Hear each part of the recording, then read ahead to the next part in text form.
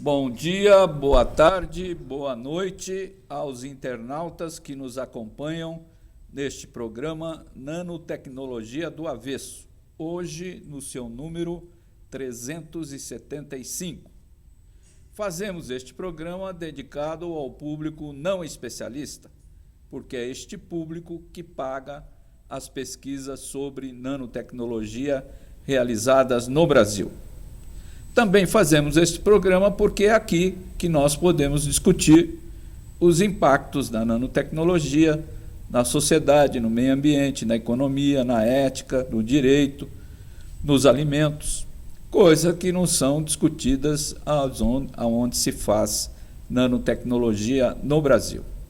Por fim, fazemos este programa porque acreditamos que ser livre é ser bem informado e a divulgação científica contribui e colabora com o aprofundamento da democracia e da cidadania no Brasil. Conforme tínhamos anunciado, já estamos conectados diretamente com o Canadá, com o professor Jay, que vai agora fazer a sua apresentação de sua experiência profissional e depois a sua apresentação sobre nanotecnologia aplicada às frutas. Okay, Jay, is with you. Please, could you self-presentation for us? Okay. Hello, everybody. My name is Jayasankar Subramanian. I am a professor with the University of Guelph. I am working in a place called Wineland, which is very close to Niagara Falls. And I've been doing this research on the nanotechnology for the past 5 years, I would say. And it was an interesting scientific accident on how I got into nanotechnology. And in this presentation, I will let you people know how we can improve fruit retention and enhance the post-harvest shelf life of fruits using this nanotechnology approach. So this talk, the next slide. Yes, is in the screen, the first slide. Okay. The second slide, please. Second. Okay. I'll break up the talk into background information about why we want to do this research and how this will be useful. And then I will also talk a little bit about fruit ripening. There are two sides to the fruit ripening.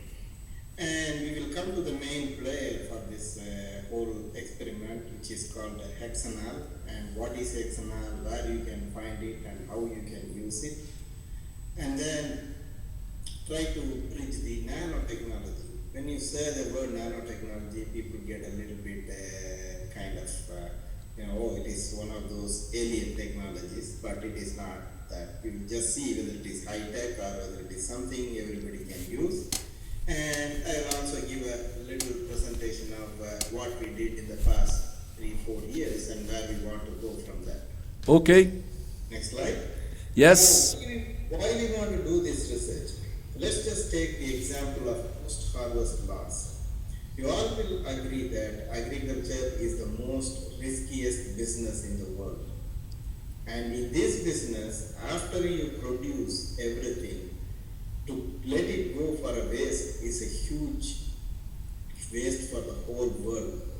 And post-harvest loss in fruits is a serious thing. And in some countries, the loss can be up to 50%. Even in developed countries, they estimate the loss varies anywhere between 30 to 40%. So there is a lot of material that is lost, which is produced by the farmer, but before the consumer gets it, it is lost. So there is this little period where we lose a lot of resources and a lot of money. Next slide, please. Yes. One reason why this loss occurs more in fruits is that you have a very short ripening season. Mostly fruits are harvested within 1 to 2 weeks, and very few fruits go beyond that. And because of this nature, there is a predictable period of harvesting, which makes the labor very difficult to get, and also the people like middlemen kind of bargain and get the product for a cheap price. The other reason why there is post-harvest loss in most countries is also due to the lack of facilities that can keep the fruits for a longer time. And that results in a market glut, meaning that you get more fruits but less buyers, and so the price of the fruit drops or it is dictated by the middleman. And in most of the developing countries, such facilities are just non-existent. They just harvest the fruit, put it in a bag, or whichever way they want, and then give it out. Next slide, please. Yes. This project is funded by an agency called the Canadian International Food Security Research Fund. And this agency had spent over $124 million in 2 phases of this work. And most of the projects that they address are towards improving the food security. But it is one of the very many, more than 500 projects that were that applied for this particular grant. okay, but 124 million is for only your project, or It is for all the 19 projects that 19? 19 projects. Okay, and how many years the projects? It is anywhere between 2 to 3 years. Some projects are 2-year projects, some projects are 3.5-year projects. Então, 3 years and 19 projects Yeah. for 124 million. Okay. Yeah. Okay. Okay. So you can see in the next slide Yes. partners that are working with us. We have Canada, India, and Sri Lanka, who were the first team who worked on the phase 1 of this project. And now we have Kenya, Tanzania, and Trinidad and Tobago in the second phase. Not Brazil. Brazil is not one of the countries in the list, unfortunately. Uh-huh. Hopefully it will reach Brazil soon. Yes, because this banana and mangoes is very popular fruit here. Yeah, that is true. We know that. Well, there is more interest from the Latin American countries and South American countries now that the project news is and the results of the project are out, like through media like this one, for instance. Okay. The reason we wanted to expand is that we know from our first phase that the technology works and it works in some crops. We just want to make sure that it works in all environment, and it is also possible for even relatively smaller farmers to use this technology. So that's the reason we expanded it to some of the African countries and one Caribbean country, so that most of the Caribbean and Latin American countries can use that information for next round of research or further applications. Next slide, please. Yes. Okay, now turning the story a little bit towards fruit ripening. You know, there are fruits that you pick from the tree and it continues to ripen, like banana, for instance, banana, avocado, mango. All these fruits, you can pick it from the tree and it will still continue the ripening process. Technically, we call these fruits as climacteric fruits. And there are also some other fruits that once you pick them from the tree or the plant, then they don't do anything. The only thing they do is they just go waste. They rot. Okay? Good example for this one is grapes and strawberries. Because these fruits, once you pick from the tree, you don't see any increase in sweetness or color or flavor or nothing. So they stop. And these fruits are called non-climacteric fruits. And this is very well known. But next slide, please. Yes. So what is common between all these fruits? If you look at the picture on the right was taken at the start of the study, and the one at the left was taken, say, 15-20 days after that. You can see that every fruit rots pretty quick. And most of the time this rotting is due to the involvement of some pathogenic fungus, but sometimes even without a fungus they kind of go bad. Next slide, please. Yes. There is also another side for the fruit ripening. Just like people, when we age, when we become old, you see our skin starts shrinking and our hands, legs, everything go little shriveled, and then you can see that it is more like old age or pretty loose skin. Just like us, plants also do the same thing. And in fruits, you can see from this picture, the membrane of the fruit starts disintegrating. Okay, when the membrane disintegrates, it gives a little old look. And if a fruit or vegetable is showing that kind of old look, the consumer is not going to buy that one. So this is what triggered the whole process here. Next slide, please. Yes.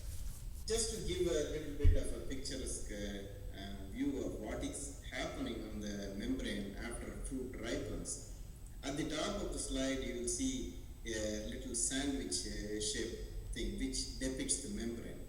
And in the early stage, the membrane is fairly intact. You can see the red and green points kind of staying together as an intact sandwich. But as the fruit ripens further, you can see that sandwich kind of dissipates and it just spreads all over. This is the start of the membrane disintegration. And at that stage, you cannot sell the product and no one will buy that, and they won't taste good either. So this is the area of where we got our inspiration, where we got our initial results from. And this took about 15 to 20 years to study this process and what is happening in the cells at the biochemistry. And then we came down with a number of results. Next slide, please. Okay. So like I said, we were studying the whole process very deeply for over 20 years. And during the process, we realized it is not a simple phenomenon. It is a very, very complex thing. And during this process, we identified a key natural product, which is called hexanol. And what hexanol does is, if you remember the previous slide, the green and red things are ends of two different layers, which scientifically we call it as the phospholipid bilayer. And this hexanol acts on an enzyme called phospholipase D, which triggers the collapse of the membrane. When hexanol is present, the activity of phospholipase D is low, and because of that, the membrane will not collapse. And this is what was our finding. And based on this finding, our colleagues filed a US patent, and that is the whole basis of the project that we are doing. Next slide, please. Please, and this US patent is with nanotechnology or not? This is not the nanotechnology. Nanotechnology is a big thing. This is the patent is on the use of hexanol for delaying shelf life. And this patent could difficult your research or not? Sorry, this patent? This patent is impossible to do your research because this kind of patent, or there is no? No, it is not exactly like that. It is patented, so with the help or with the licensing from the University of Guelph, people can take it up forward for commercial purposes. There is no research to be done exactly on that, but based on that, there are other people doing research on finding out what else is happening. Okay. Okay? That's, yes. Okay, now let's see what is this compound hexanol. Hexanol is a very common wound-induced biochemical, meaning that all the plants produce this natural product. And when the plant is bitten by an insect or an animal, it releases some smell, and most of that smell is due to hexanol. A good example is when you cut cucumber or when you mow your lawn, you smell that grassy smell or a cucumber-like flavor, and even the whole room is filled with the cucumber flavor when you cut one cucumber. And that flavor is largely due to hexanol. So the point is, all the plants produce this natural product, hexanol. And it is known as a grass compound, not that because it is seen in the grass. The GRA stands for generally regarded as safe compound. This is a tag that the FDA in the United States, the Food and Drug administration gives to certain compounds when it is safe, when it doesn't have any side effect. So this compound is safe, it doesn't have any side effect, and currently it is used as a food adjunct, especially for giving some flavor to the food, particularly in some of the baking items it is used. So we consume hexanol in one way or other. For instance, if you eat a fruit or vegetable, you consume hexanol. And sometimes, in your bakery items, hexanol is there as an ingredient when they make some icing or something like that. Next slide, please. Okay, but you can synthesize the hexanol. Yeah, you can synthesize the hexanol also. Yeah. If you purify it from the plant, it is going to be very expensive because the amount of hexanol that is present in the plant is very, very low. But it can be synthesized chemically just like most of the other products. And it is synthesized is by nanotechnology process? No, it is a very regular chemical process. Chemical process, okay. Yeah. We'll come to the nanotechnology in a few more slides, okay? Okay. Next. Okay, next slide. You'll see these, in the next few slides, you will see what this hexanol has done to number of fruit crops. The first one shows the sweet cherry. The next slide, please. Next. In the sweet cherry that shows 4 panels, you can see the one in the bottom left, which is much bright red compared to the top left. Bottom right versus top left, which is much more dark. Meaning that the dark fruit is already very ripe, and then it will not stay for much long. Whereas the one in the bottom right is much light red and it can stay for much longer time. In sweet cherries, even extending the season by 2 to 3 days makes a big difference for the cherry growers. So we tried this one in cherries, it worked very well.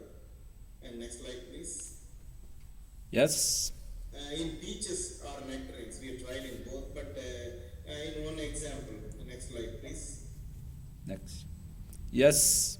You see 2 trees. The tree on the front was sprayed and the tree on the back was not sprayed. And we just let the fruits hang in the tree for a longer time. And you can still see some fruits hanging in the front tree, whereas in the back tree all the fruits had already fallen. If you carefully look at the ground, most of the fruits have fallen and most of them are rotting already. Excuse me. Next slide, please. Yes. So we picked some of the fruits that is more or less at the time when a commercial farmer will pick and then put them on a storage and study what is going on. And this is a variety called Virtue. And as you can see from the pictures, the fruits that were treated, they stayed much longer. And one of the ways that we test most of these fruits is using their firmness. How firm or how hard the fruit is. Okay, so if you look at the data down there in that table, the sprayed or the dipped fruits had much firmer than the ones that were not treated. After 3 weeks, the fruits that were not treated had only about 27.6 units of pressure, whereas the ones treated had anywhere between 47 to 62, which means these fruits can last another 2 to 3 more days easily on a room temperature in the market. So that gives the consumer a little bit longer time to enjoy the fruit instead of getting the fruit and you need to eat it right away. So that is the major advantage of using this technology. Next slide, please. Yes. You can see more or less the same results on the strawberry. The one that was not treated, you can see the fungus coming out fairly quickly and a lot more, whereas the one that was treated, even after 1 week, the fungus is, the damage is not that much. So it works on peaches, which is a climacteric fruit which can ripen after picking, and also on strawberry, which doesn't ripen after you pick. So it can work across a number of species. Okay, next slide, please. One moment. It is after 1 week storage with 4 graus. 4 degrees centigrade, Yeah. That's normal temperature when they keep strawberry in the commercial setting. Yes. The temperature is very important here. For strawberry, yes. Okay. Okay. Okay. Mango. Okay, next slide. Mango. These are more recent results that you see. The process is very, very simple. As you see in the slide, you can see the farmer spraying the compound, the fruits. Typically, we recommend 2 sprays for mango. One spray about 1 month before harvest, another spray 15 days before harvest. Why we need 2 sprays? Because between the 2 times, between the 1 month and 15 days, in the case of mango, that's when the membrane starts collapsing. And you want to arrest it even before the process starts. If the membrane collapse process starts, then whatever we spray will not be much helpful. That's why we have to do the 2 sprays. And this time will vary depending on the fruit. For instance, in peaches, we spray once 2 weeks before harvest and the next one 1 week before harvest. So it varies with the fruit, which you need to fine tune based on the fruit. But in mango, because the fruit takes much longer time to ripen, we sprayed once 1 month before and another time 15 days before harvest. And after that, the fruits were harvested just like normally, and then the fruits were de-starred, because mango has a little bit of a sap, as most of you know. So you de-start the fruits and then take it out and keep it in the cold storage.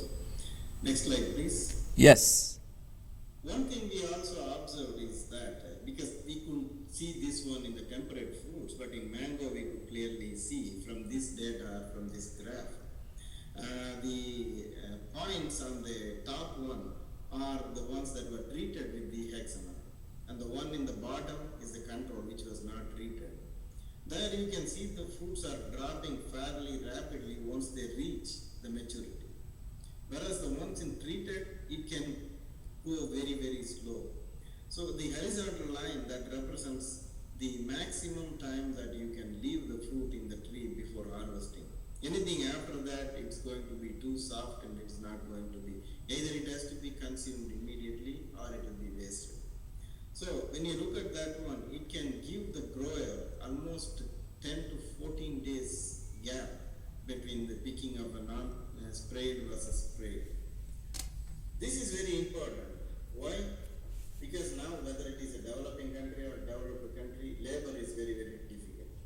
So if you have only a set amount of labor, you can use them for harvesting one part of the orchard where you didn't spray earlier on, and then another part where you sprayed a little bit later. So you stretch the available labor, and also because you are able to stretch the market by this technology, there is going to be a fair and steady price for the product, instead of, you get a high price before anything comes in the market, and once everything comes in the market, you get rock bottom price.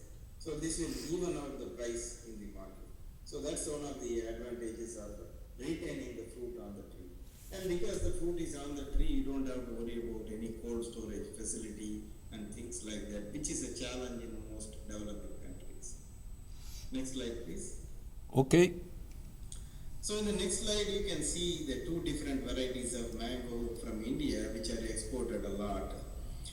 You can see the treated varieties on the ends, or the treated fruits on the end, and the non-treated fruits on the middle. You can see the non-treated fruits start ripening, and they should be sold or they should be eaten within 1 or 2 days. And this is 14 days after harvest. Whereas the treated fruits are still green and they can stay for another week to 10 days, which means there is not much pressure on the seller to immediately lower the price and sell all the produce. So he can keep the fruits for a little bit longer, and the consumer, instead of buying it at bulk, they can buy a little bit whatever they want, so it will reach more consumers for a longer time. Next slide, please. Banana. Banana. Yeah, this is a crop that you all will be very much interested in. And you can see in banana, the control fruits, even on the 9th day, the fruit starts ripening and that's ready to eat. And maybe you can keep those fruits for 1 or 2 more days. After that, it will be very soft and it will not be good for consumption. Whereas the treated fruits, even after 28 days, they were pretty good. And what the farmer who tested on banana says that it can, if we treat them correctly, and if they harvest the fruits in the correct stage, he can keep them for almost 40 days. 40 days is a lot of time now. You can produce a fruit in Brazil and it can go around the world 2 times and come back to Brazil in 40 days. So Yes, that but I think this is one the problem, because the fruit you produce in one place, but you consume it very far away of this yeah, place. yeah. See, for instance, there are a lot of Brazilians or Indians here in Canada, and we don't get the mangoes or bananas. So you will get the nice quality bananas and mangoes that are produced in your home country in another place where there are people who want to buy and taste those fruits. So that gives more advantage for the countries that produce it, because it improves your economy due to the export market. And in the other countries, the consumers are happy because once food is available, everybody is happy. Only when there is no food, trouble starts, right? Yes. Okay. Next slide, please. Yes, target products. Yeah. So we once the hexanol is identified, the idea is to deliver the hexanol in very different processes. You don't want to put everything on the spray. For instance, a very small farmer may not have a sprayer that can spray in a tree. So in that case, how can he or she use this product? So we are trying different methods to put this hexanol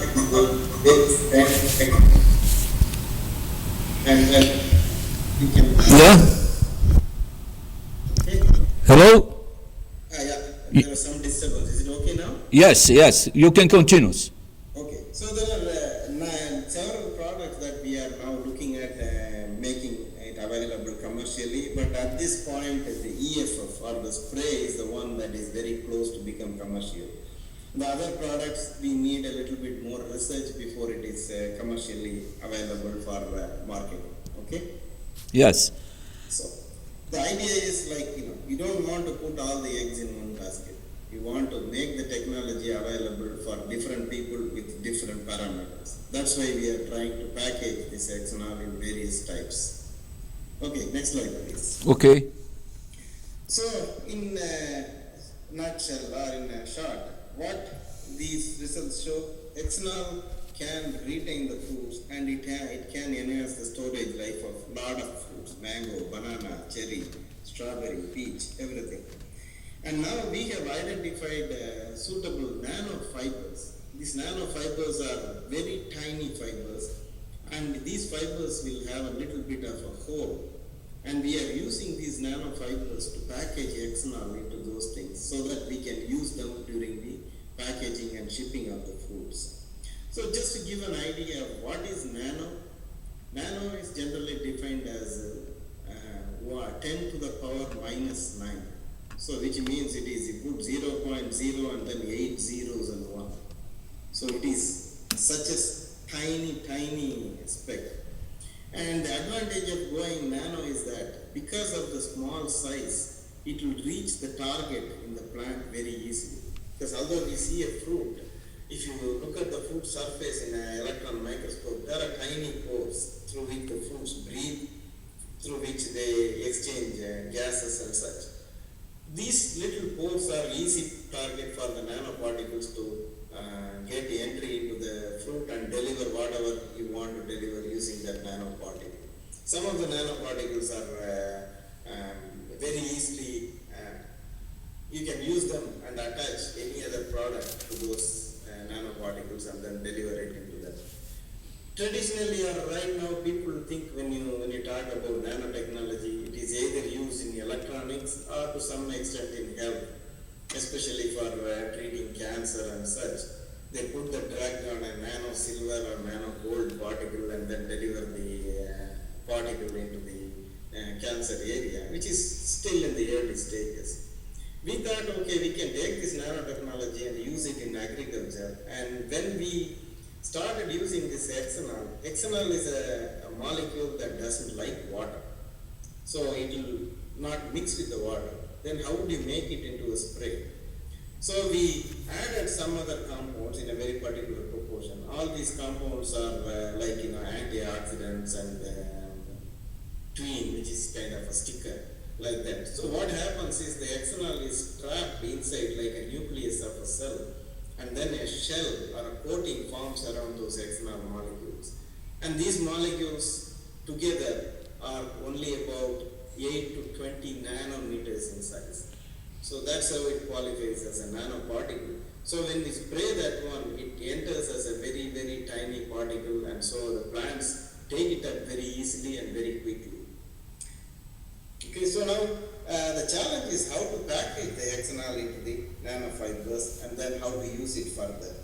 So that's where the next nanotechnology based research comes in. Next slide, please. Yes, expected outcome. Yeah. So what we are trying to do here is using this nanotechnology approach, either as a spray or as a sachet or as a sticker that can be attached to the box in which the fruits are shipped from one country to another. We are hoping that we can capture the loss, that is, the fruits are lost due to post-harvest wastage. So, just to give some numbers, mango in India alone, the estimated loss is around 1.2 billion US dollars. This is mango. $1 billion. 1.2 billion US dollars. That is the amount of mango, that's the value of the mango that is wasted after production. Even if you could capture, say, 30% of that one, that is going to be around 300 to 350 million dollars, which is lot more than about half of the countries in the world, half of the countries' general economy in the world. So that is a lot of money, a lot of product economy that is being wasted.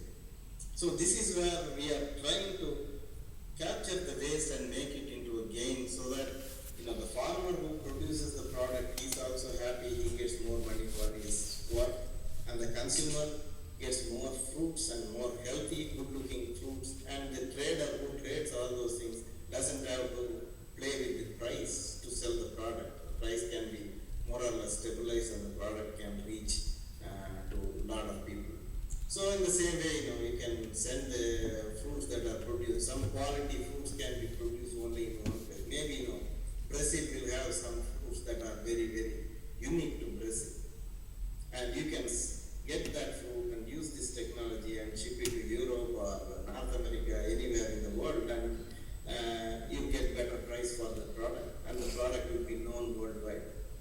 So this is in essence, this is what we are trying to do, and basically we are trying to bring the complex science of nanotechnology to the common farmer, so that everybody is happy at the end of the day.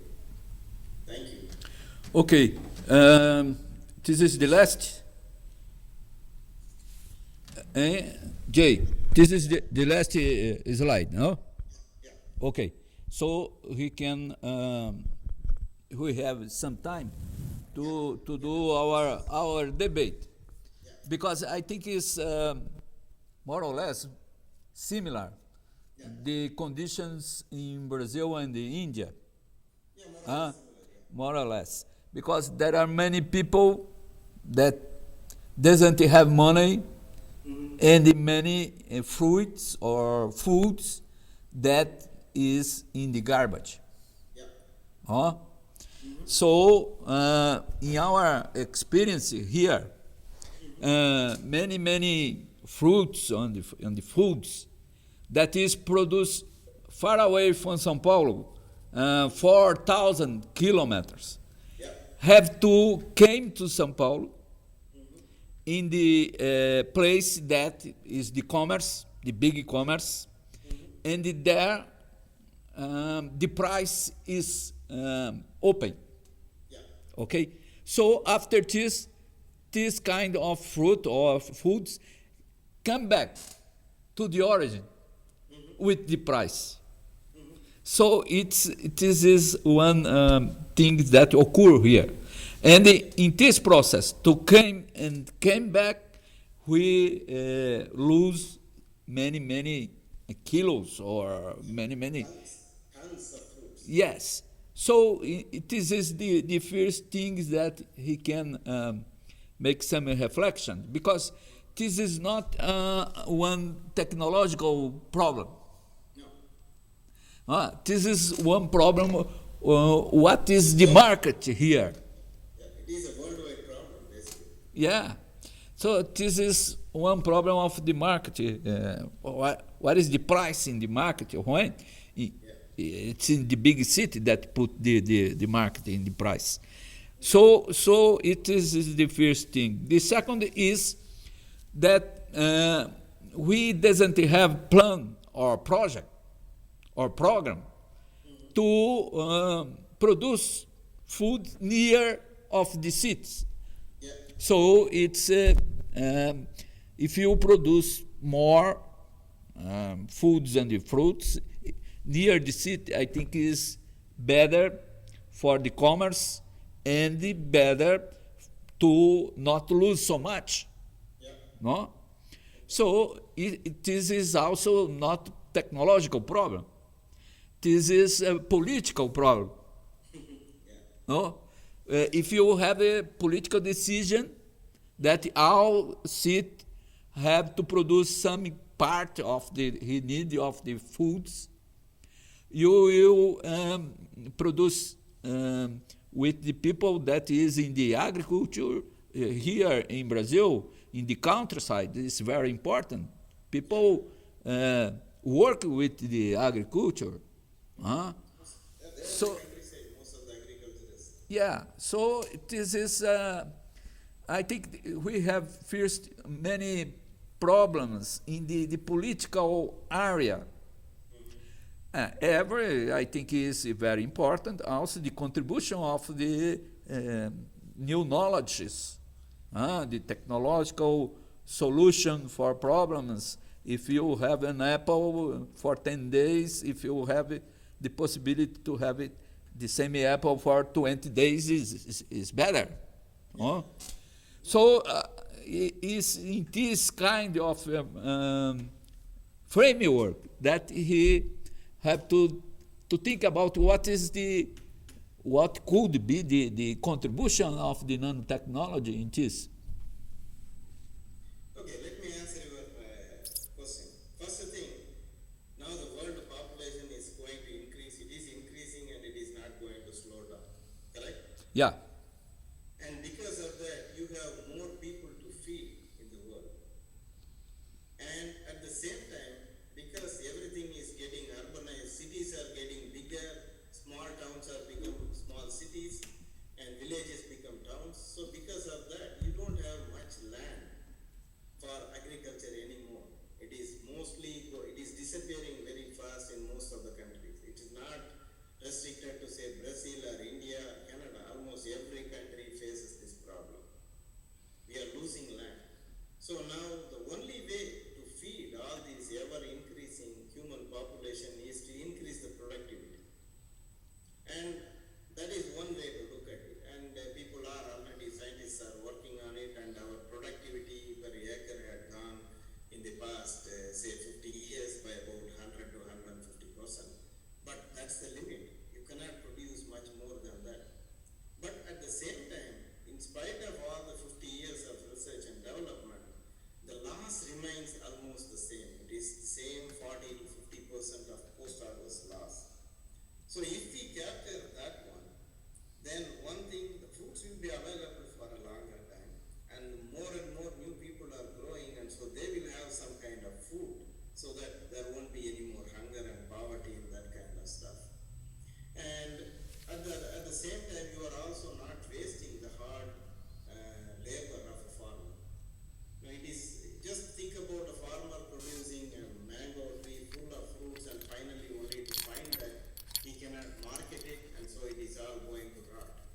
But at the same time, a technology like this can help the farmer to take the fruit, like you said, let's say 2,000 kilometers away from the city, and ship it to the city where all the commerce happens.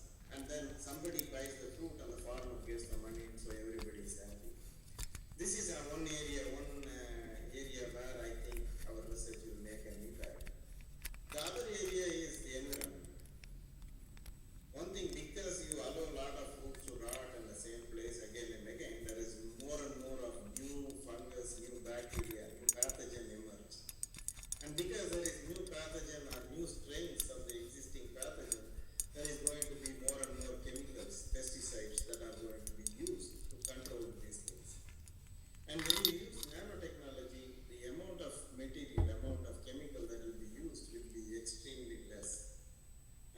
of our studies indicate that you use only about 1/20th or 1/25th or one very small amount of what is otherwise used, because the product is not wasted and it is all delivered in the right place at the right time.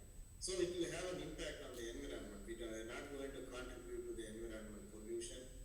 So it will be, I can't say it will be chemical free, but at least the amount of chemical that the man sprays on these plants or on the planet will be reduced using this technology. I think this is a very important point, because in Brazil we are the champion, the world championship in the use of agrotoxical. Is this? Unfortunately, is this? But this is more responsible for this is this is another political problem, because there is no plan, program, or anything for the government to put some regulation in this, because the pressure of the companies, it is very much, it's very high. it's very high. So it's another thing that the government doesn't want to fight against. Yeah, it is a policy decision. It's not a simple decision. It is a policy decision. The government and the necessary farmers, farming communities have to take jointly. Yes, here the foods without agrochemicals, we have many people that work in this farm, this kind of produce foods, but it's very, very small, the production, and the high price. Very high price. Yeah. So it's not compete and no in the future, because the market is 100 and these people can put 5 in the market. So 95% is with agrochemicals. So we need the government intervention in this market to put some regulation to make the balance. But it's long away, doesn't happen. It is. So. It is a very long process. Every country has their rules, and so it is a long and a slow process. You have to start. Yes, and the companies are doing in the decades merge to become biggest companies. No, now the buyer buy the Monsanto. So it's the same company produce the seeds and the medicine for the people that eat this kind of seeds or for kind of foods. So it's in the two way the companies have the profit in the seeds and in the medicine. Yeah, so it's a. But I would like to discuss with you also that the development of nanotechnology for the foods or for the agriculture. Here in Brazil, we have only one company, state company, that is very famous here. Is Embrapa. Yeah. So we have one network of nanotechnology for agriculture. And they have one national laboratory with nanotechnology. One thing that we produced was one nanofilm. Yeah, that you can put the apple in the glass, and the one nanofilm is inside of is around of the apple. So with this process, we made 10 days more in the supermarket. So this is one contribution of Embrapa.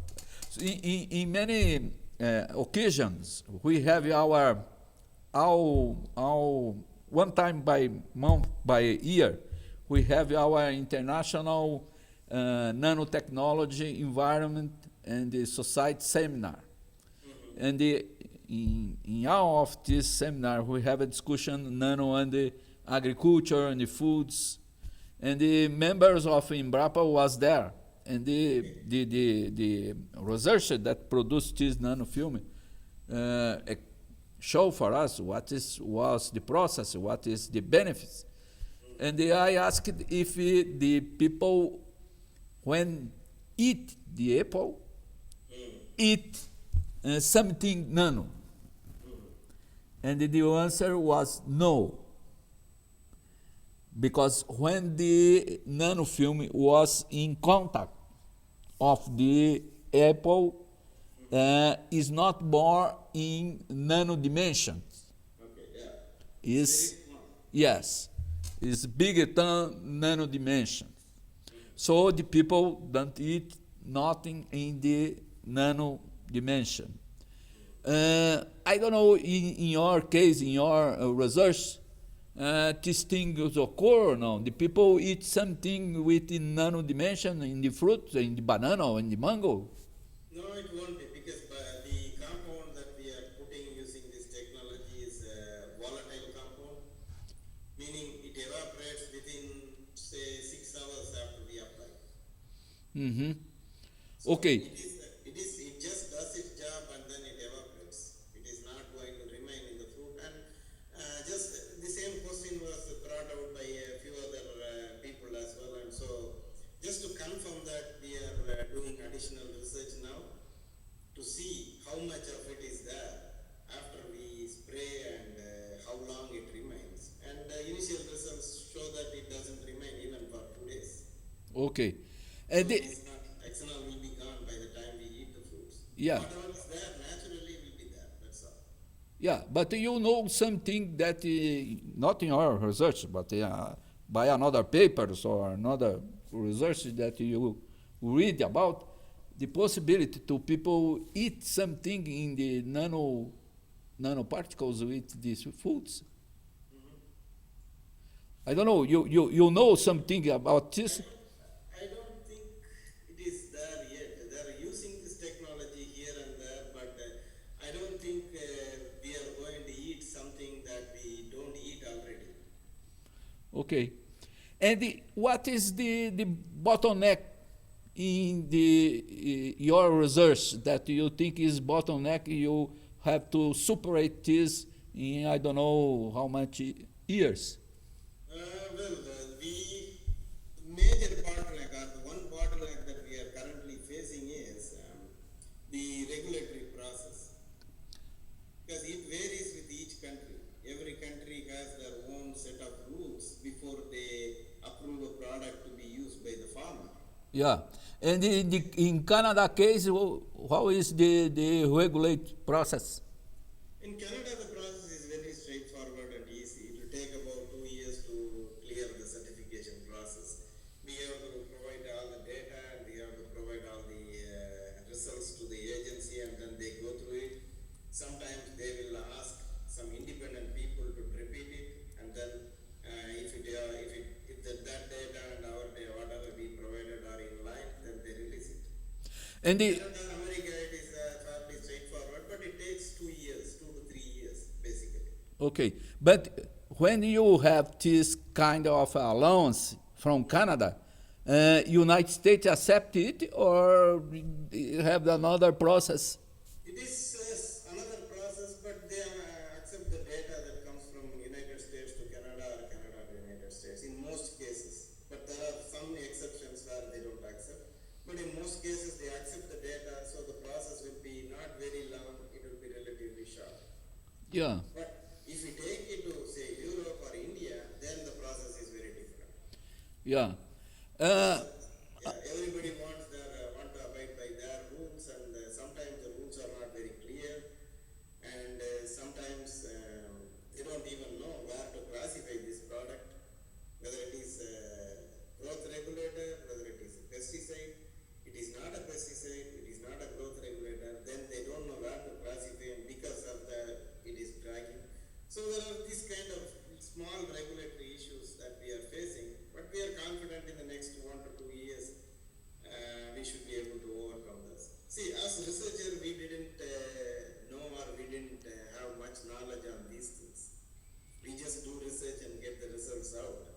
And if the results are useful to the farmer and the public, then I think it will be a straightforward process. It should come forward pretty quickly. Yeah, and you know, if companies are doing something, some project, some research in Canada about this kind of the contribution of nanotechnology for foods or something? Yeah, there may be some companies who are doing that, but we don't know at this stage anybody using nanotechnology per se. Most companies are using various forms of other chemicals and such for this particular post-harvest food preservation.